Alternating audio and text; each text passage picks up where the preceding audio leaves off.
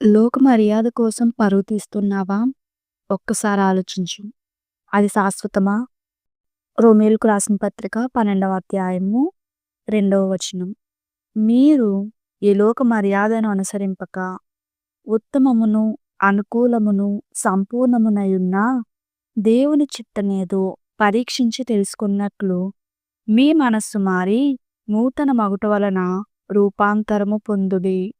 మన బయట పరిస్థితులు మారకపోయినా మనస్సు మారితే జీవితం మారుతుంది. దేవుని వాక్యంతో నీ మనస్సును నూతనపరుచుకో. అప్పుడు దేవుని చిత్తము నీ జీవితంలో నెరవేరుతుంది.